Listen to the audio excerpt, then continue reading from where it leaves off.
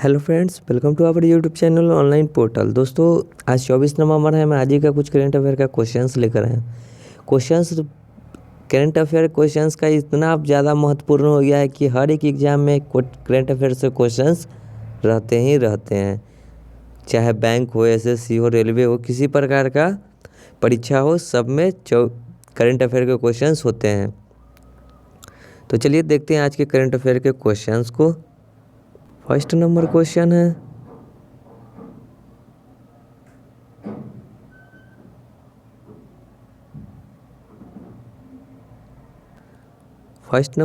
है, केंद्र सरकार ने निम्नलिखित में से किस पदार्थ के लिए 100% जूट की बोरियों का इस्तेमाल अनिवार्य करने की प्रस्ताव को मंजूरी दे दी है?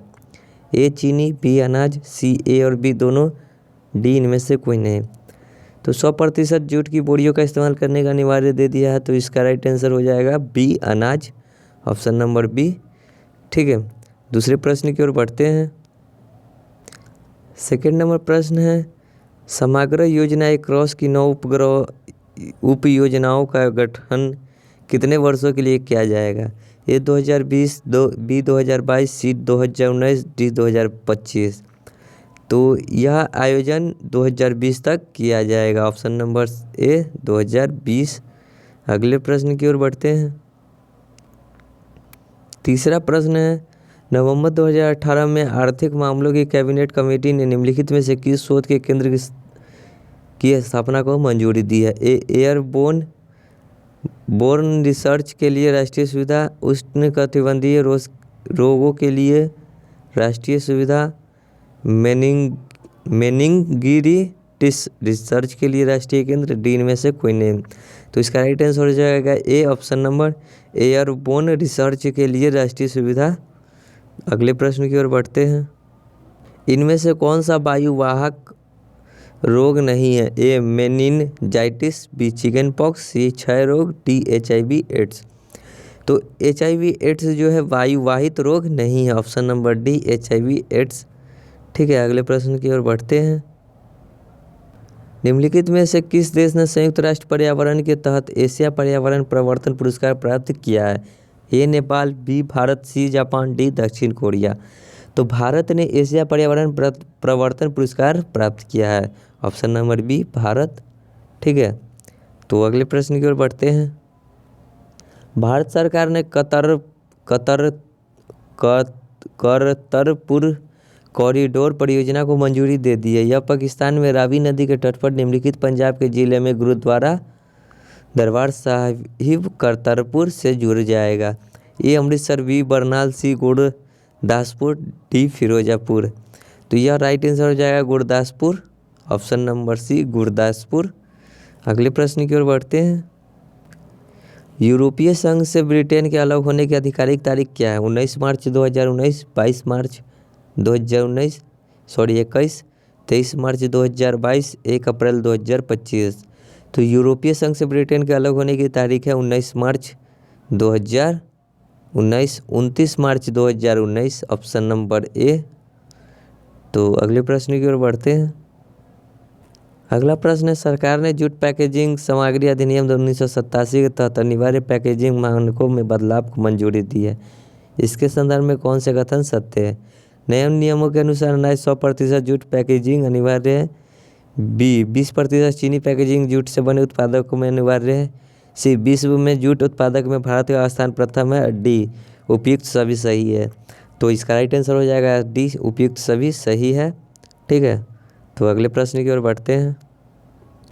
केंद्र सरकार ने निम्नलिखित में से किसकी 550वीं जयंती को राष्ट्रीय व अंतर्राष्ट्रीय स्तर पर बनाने का फैसला लिया गया है? ए सरदार वल्लभ भाई पटेल, बी ज्योतिबा राव फुले, सी गुरु नानक देव, डी इनमें से कोई नहीं। तो केंद्र सरकार ने राष्ट्रीय व अंतर्राष्ट्रीय स्तर पर जो 550वीं जयंती को मनाने का फैसला लिया है वो है गुरु नानक देव जी का, ऑप्शन नंबर सी। ठीक है, अगले प्रश्न की ओर बढ़ते हैं। मैसेजिंग सेवा प्रदाता कंपनी व्हाट्सएप ने किस भारत को अपना प्रमुख नियुक्त किया? A Ashish Vijay, B Ashok Chanchlani, C Abhijit Bose, G Gagandeep Mehta. तो इसका राइट आंसर हो जाएगा Abhijit Bose, option number C. अगले प्रश्न की ओर बढ़ते हैं। हाल ही में चर्चे में रहा अर्टोनाल बंटिंग के संदर्भ में कौन सा कथन सत्य है? यह एक मंगोलियन पक्षी है। हाल ही में भारत की इसकी पहली तस्वीर जारी हुई है। इसका वजन 20 से 25 किलोग्राम है। डी उपयुक्त सभी सही है। तो इसका राइट आंसर हो जाएगा उपयुक्त सभी सही है। ठीक है, तो अगले प्रश्न की ओर बढ़ते हैं। अगला प्रश्न है, संयुक्त राष्ट्र पर्यावरण संगठन द्वारा भारत की किस संस्था को एशिया पर्यावरण प्रवर्तन पुरस्कार 2018 से सम्मानित किया गया है? ऑप्शन है पर्यावरण मंत्रालय, बी रेलवे मंत्रालय, सी उपयुक्त दोनों, डी वन्य जीवन अपराधन नियंत्रण ब्यूरो। तो इसका राइट आंसर हो जाएगा वन्य जीवन अपराधन नियंत्रण ब्यूरो, ऑप्शन नंबर डी। अगले प्रश्न की ओर बढ़ते हैं। 13 नंबर प्रश्न है, महिला एवं बाल विकास मंत्रालय द्वारा सी बॉक्स नामक पोर्टल की शुरुआत की है। इसका उद्देश्य क्या है? ए यौन उत्पीड़न मामलों का समाधान करना, बी महिला शिक्षा को बढ़ावा देना, सी महिला छात्रवृत्ति प्रदान करना, डी इनमें से कोई नहीं। तो महिला एवं बाल विकास मंत्रालय द्वारा सी बॉक्स नामक पोर्टल की शुरुआत की गई है। इसका उद्देश्य था यौन उत्पीड़न मामलों का समाधान करना, ऑप्शन नंबर ए। ठीक है, अगले प्रश्न की ओर बढ़ते हैं। विज्ञान एवं प्रौद्योगिकी को बढ़ावा देने के लिए अटल इनोवेशन तथा किस देश के फंड टैलेंट एंड सक्सेस के बीच में MOU को मंजूरी दी है? ए ब्राज़ील, बी रूस, सी जापान, डी जर्मनी। तो यह जो देश के बीच में मंजूरी दी गई है वो है ऑप्शन नंबर बी रूस। तो अगले प्रश्न की ओर बढ़ते हैं। 15 नंबर क्वेश्चन है, पूर्वोत्तर भारत के लिए 7वां अंतर्राष्ट्रीय पर्यटक मार्ट कहाँ आयोजित किया गया है? ए इम्फाल, बी अगरतला, सी गुवाहाटी, डी कोहिमा। तो यह अगरतला में आयोजित किया गया, ऑप्शन नंबर बी। अगले प्रश्न की ओर बढ़ते हैं। निम्न में से किस बॉलीवुड अभिनेता को सयाजी रत्न पुरस्कार 2018 से सम्मानित किया गया है? ए शाहरुख खान, बी सलमान खान, सी अमिताभ बच्चन, डी आमिर खान। तो सयाजी रत्न पुरस्कार 2018 से सम्मानित किया गया अभिनेता है वो है Amitabh Bachchan, option number C. तो अगले प्रश्न की ओर बढ़ते हैं।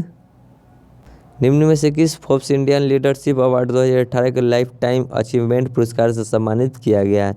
ए रतन टाटा, बी अजीम प्रेमजी, सी मुकेश अंबानी, डी श्री नरेंद्र मोदी।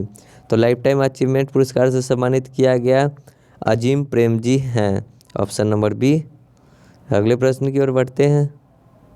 प्रधानमंत्री मोदी की अध्यक्षता में मंत्रिमंडलों ने किस जगह पर मेडिकल कॉलेज की स्थापना को मंजूरी दे दी है? ए गोवा, बी दादर नगर हवेली, सी अंडमान निकोबार, डी नई दिल्ली। तो मेडिकल कॉलेज की स्थापना को जो मंजूरी दी गई है वो Dadar Nagar Haveli, option number B. ठीक है, अगले प्रश्न की ओर बढ़ते हैं। 18 नंबर प्रश्न है, निम्नलिखित में से किसे मैक्सिकन ऑर्डर ऑफ एजेंटक नामक पुरस्कार से सम्मानित किया गया है? एक करतार सिंह सोलंकी, बी SP गांगुली, सी देवव्रत आचार्य, डी कल्याण सिंह शर्मा। तो राइट आंसर हो जाएगा SP गांगुली। तो ये कुछ टुडे करंट अफेयर क्वेश्चंस थे। आशा करता हूँ कि वीडियो आपको बहुत अच्छी लगी होगी। तब तक के लिए धन्यवाद। जय हिंद, जय भारत, वंदे मातरम।